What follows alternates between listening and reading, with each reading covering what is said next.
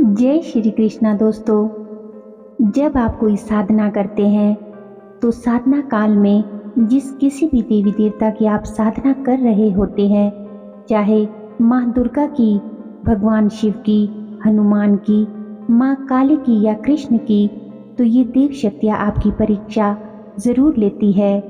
भगवान की ये परीक्षा सबके लिए नहीं होती है। परीक्षा केवल उन्हीं के लिए होती है जो भगवान के सच्चे भक्त होते हैं, जो भगवान की निस्वार्थ सेवा करते हैं। भगवान या ये देव शक्तियाँ आपकी परीक्षा लेती क्यों हैं? तो यहाँ आपको बता दें कि परीक्षा सिर्फ परख के लिए होती है। देव शक्ति साधक को परखती है कि जो ये मेरा साधक है, हमारी साधना कर रहा है, इसका हम पर कितना विश्वास है, इसकी भक्ति में कितनी दृढ़ता है, इसलिए ईश्वर आपकी परीक्षा लेते हैं। बहुत से लोग कई कई सालों से पूजा साधना में लगे रहते हैं, किंतु उन्हें फिर भी कुछ अनुभव नहीं होते, उनकी परीक्षा नहीं होती। इसीलिए परीक्षा भगवान उन्हीं की लेते हैं जो भगवान के सच्चे भक्त होते हैं। ये बात आप याद रखिएगा और गांठ बांध लीजिएगा कि उनकी परीक्षा में कोई नुकसान नहीं हो सकता।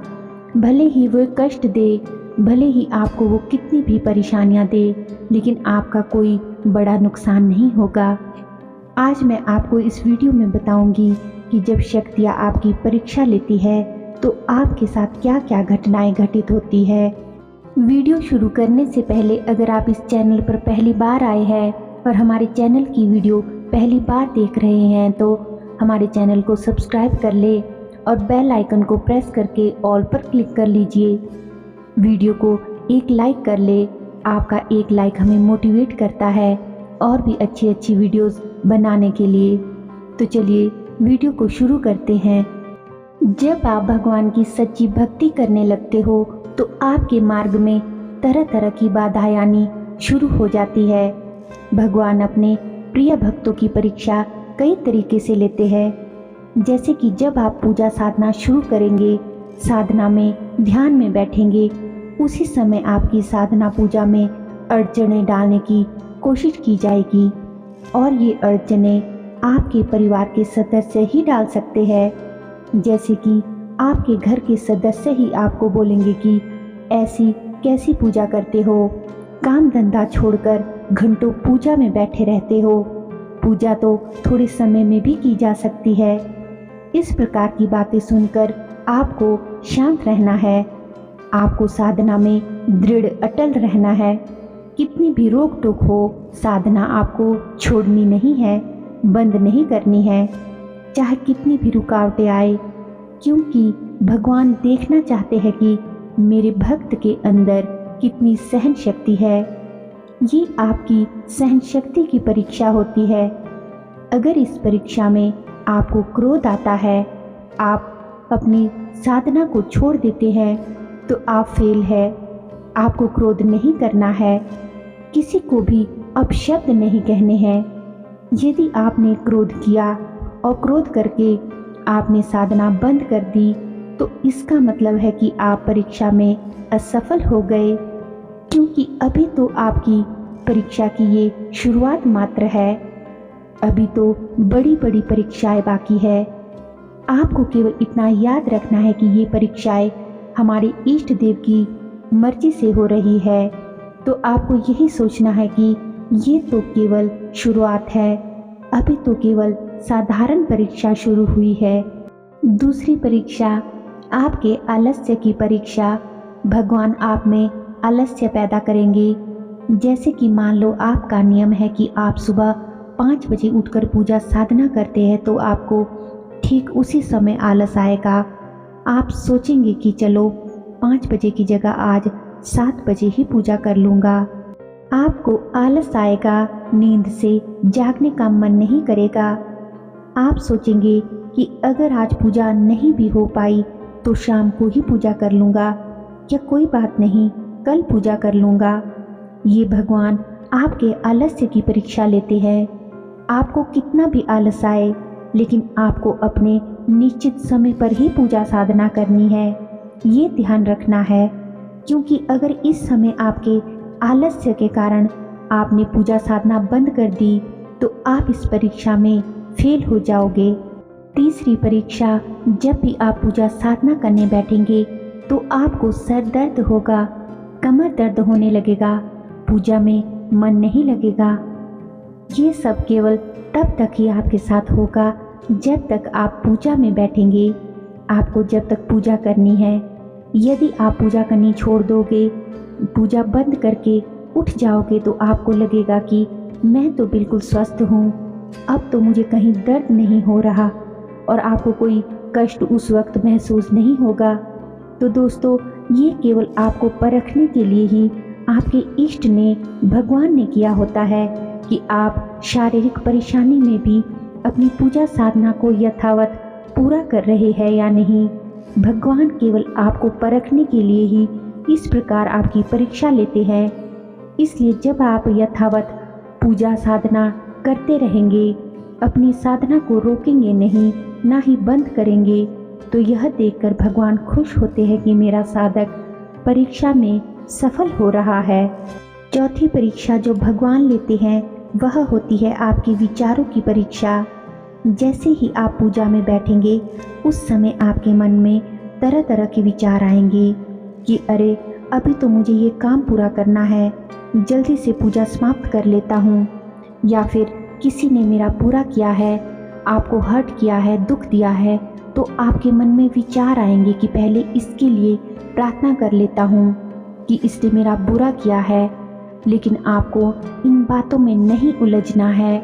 अगर आप इन बातों में उलझ गए तो फिर आपकी भक्ति खंडित हो जाएगी, असफल हो जाएगी, क्योंकि भगवान यही देखना चाहते हैं कि मेरा भक्त जो मुझसे शक्ति मांग रहा है वह किसी का भला करेगा या किसी का बुरा। अगर बुरा करने की संभावना होगी और आपके विचारों में स्थिरता नहीं होगी, आपके मन में दूसरों से बदला लेने की भावना, द्वेष होगा, तो आपको इस भक्ति में सफलता नहीं मिलेगी, आप असफल हो जाओगे। क्योंकि ये विचार तो उस देवी देवता द्वारा आपके मन में पैदा किए जा रहे हैं, वह आपकी परीक्षा ले रहे हैं। आपको कभी भी इस विचार से साधना शुरू नहीं करनी है कि आपको किसी का अहित करना है, किसी को नुकसान पहुंचाना है। आपको साधना करनी है स्वयं के उद्धार के लिए, अपने आत्म कल्याण के लिए और अधिक से अधिक जन कल्याण के लिए खर्च करना है। आपको ये सोचना है कि अगर ये मुझे शक्ति मिल भी गई तो मैं दूसरों की भलाई में इसे लगाऊंगा, दूसरों की परोपकार में इसे लगाऊंगा। पांचवी परीक्षा, जब आप भगवान की सच्ची भक्ति करने लगते हो तो आपके मार्ग में तरह तरह की बाधाएं, रुकावटें आनी शुरू हो जाती है। कई बार ऐसा होगा कि मंत्रों का उच्चारण करते समय आपके हाथों से माला ही छूट जाएगी, आप गिनती ही भूल जाएंगे। मंत्र जाप आप जो कर रहे होंगे वो मंत्र ही भूल जाएंगे। फिर से सतर्क होंगे तो मंत्र फिर से जपने लगेंगे। इस तरह की कुछ भी रुकावटें आने पर आपको अपना संकल्प नहीं तोड़ना है, आपको फिर से माला जपनी है, मंत्रों का उच्चारण फिर से शुरू करना है, उस ईश्वर की भक्ति में ध्यान लगाना है। परेशानियां, कष्ट, दुख, रुकावटें तो आएगी। आपको ऐसा भी महसूस होगा कि सबसे ज़्यादा कष्ट शायद मुझे ही प्राप्त हो रहे हैं।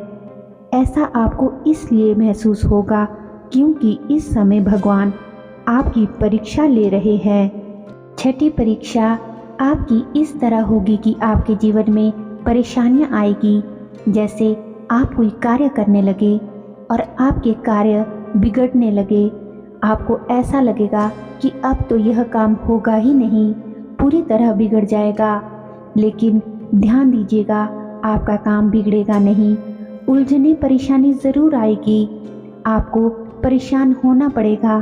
वो भी इसलिए कि भगवान आपकी परीक्षा ले रहे हैं कि मेरा भक्त अब क्या करता है। क्योंकि कोई भी शक्ति गुलाम नहीं है, ना ही आप उसे गुलाम बना सकते हैं। उस शक्ति का फल आपको तभी प्राप्त होता है जब आप उसकी भक्ति करोगे। आपकी शक्ति से, साधना की शक्ति से, आपके अच्छे कर्मों की शक्ति से भगवान की कृपा नहीं होती। उस भगवान की कृपा तो केवल आपकी भक्ति से होगी। भगवान केवल भक्ति से ही बस में होते हैं, शक्ति से नहीं। बहुत बड़े बड़े शक्तिवान हुए, उन्हें सब कुछ मिला, धन दौलत वैभव, किंतु वो नष्ट हो गए। उन्हें उस भगवान की भक्ति नहीं मिली, क्योंकि भक्ति जो है वो भगवान इतनी जल्दी नहीं देते। भगवान सब कुछ दे देंगे, धन दौलत, गाड़ी बंगला, सुख संपत्ति, लेकिन भक्ति इतनी आसानी से नहीं देंगे। अपना भक्त उन्हें किसे बनाना है, भक्ति किसे देनी है, इस बात पर वे सोच विचार में पड़ जाएंगे।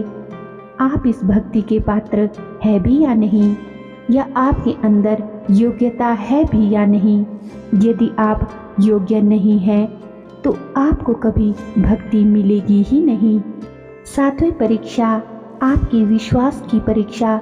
जैसे जैसे आपकी साधना आगे बढ़ेगी, तब भगवान आपके विश्वास की परीक्षा लेंगे कि ये जो मेरा साधक है, ये मेरी ही भक्ति कर रहा है या इसके अंदर कोई आडंबर भी है, ये मेरा सच्चा भक्त है भी या नहीं।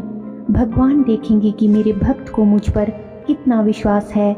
जैसे कोई आपका घर का सदस्य या कोई बाहर का व्यक्ति भी पूछेगा कि आप किसकी भक्ति कर रहे हो, क्यों कर रहे हो, अरे इतने समय से कर रहे हो, तुम्हें कुछ मिला ही नहीं, तुम्हारा तो कुछ काम ही नहीं बना, ये भक्ति छोड़ दो, तुम्हें कुछ नहीं मिलेगा, किसी दूसरे मंत्र का जाप करो या किसी दूसरे देवी देवता की पूजा साधना करो। भगवान तुम्हारी पूजा तो ले ही नहीं रहे हैं। तुम्हारा इष्ट गलत है, गुरु गलत है, मंत्र ही गलत है। इस प्रकार लोग आपको भ्रमित भी करेंगे, क्योंकि भगवान देखेंगे कि मैंने जो इसके सामने विकल्प रखे हैं, इसे ये अपनाता है या नहीं। अगर आपने इन विकल्पों को चुना तो निश्चित रूप से आप भक्ति में असफल हो गए, आप परीक्षा में फेल हो गए। आपके मन में नकारात्मक विचार भी आएंगे। इस तरह के विचार आएंगे तो क्या आप पूजा छोड़ दोगे? अगर आप अब साधना पूजा छोड़ भी दोगे तो आपको क्या मिलेगा? समय की बर्बादी होगी, आप उस भगवान की परीक्षा में फेल हो जाओगे और आपकी साधना भी निष्फल चली जाएगी। इसलिए कुछ भी हो जाए, आपको सबको जवाब में ये कहना है कि मैं तो उस शक्ति के लिए समर्पित हो चुका हूँ, अब वो जाने कब क्या कैसे होगा, मुझे उस पर पूर्ण विश्वास है। वो जैसे भी रखना चाहेंगे मैं रहूँगा, लेकिन साधना करना नहीं छोड़ूंगा, मंत्र जाप करना बंद नहीं करूँगा। ऐसा संकल्प आपको करना है, तभी आप इस परीक्षा में 100% पास हो जाएंगे।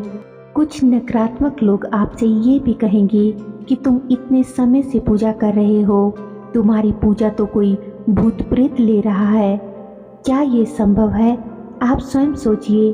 इसलिए जो नए साधक हैं, नए स्तर से साधना शुरू कर रहे हैं, उन्हें ना तो किसी को अपने मंत्रों के बारे में बताना चाहिए, ना ही अपनी पूजा पद्धति को बताना चाहिए, ना ही अपनी साधना के बारे में कोई गुप्त जानकारी किसी को देनी चाहिए, क्योंकि जो भी लोग होंगे वो आपको भ्रमित करेंगे। परंतु आपको अपने इष्ट के प्रति, अपने गुरु के प्रति, अपने मंत्र के प्रति पक्का विश्वास रखना ही है। चाहे कितना भी अवरोध आए, बाधाएं आए, परेशानियां, मुश्किलें, कष्ट आए, काम बिगड़े, तो भी भक्ति नहीं छोड़नी है, भक्ति में लगे रहना है। जैसी भी परिस्थिति आपके सामने आए उसे स्वीकार कीजिए, क्योंकि ये भक्ति भगवान की ही दी हुई है। इसे खुशी खुशी सहन कीजिए। ये कष्ट हमारे पिता समान प्रभु ने दिए हैं, तो क्या हुआ, हम इसे झेल लेंगे। आपको ऐसे अड़िग विचार मन में रखने हैं। उस भगवान ने कष्ट दिए हैं, वही दूर करेंगे। ये कष्ट दुख केवल कुछ समय के लिए ही होंगे, उसमें भी आपका हित ही होगा, क्योंकि इसमें भी भगवान आपके अंतःकरण की सफाई करना चाहते हैं। आपके पिछले कर्म है, जो पिछले प्रारब्ध के उन कर्मों को वो खत्म करना चाहते हैं इस परीक्षा के माध्यम से। तो इसमें कहीं भी अहित नहीं है और अहित कभी हो ही नहीं सकता। लोगों को कई कई साल साधना करने के बाद भी अनुभव नहीं होते, लेकिन जब उन्हें ईष्ट पर भरोसा हुआ और उन्होंने भरोसा बनाए रखा तब उन्हें सफलता मिली। क्योंकि देरी आपके कर्मों की वजह से होती है, आपके प्रारब्ध कर्मों की देरी होती है, जिसकी वजह से आपको साधना में सफलता देर से मिलती है। तो दोस्तों, आपको एक बात हमेशा याद रखनी है कि आपको अपनी परीक्षा से डरना नहीं है, घबराना नहीं है, क्योंकि भगवान परीक्षा उन्हीं की लेते हैं जो भगवान के सच्चे भक्त होते हैं। आपको वीडियो कैसी लगी कमेंट में बताइएगा, और चैनल को सब्सक्राइब नहीं किया है तो चैनल को सब्सक्राइब करके जाइएगा। तो मिलते हैं अगली वीडियो में, तब तक के लिए धन्यवाद। जय श्री कृष्णा।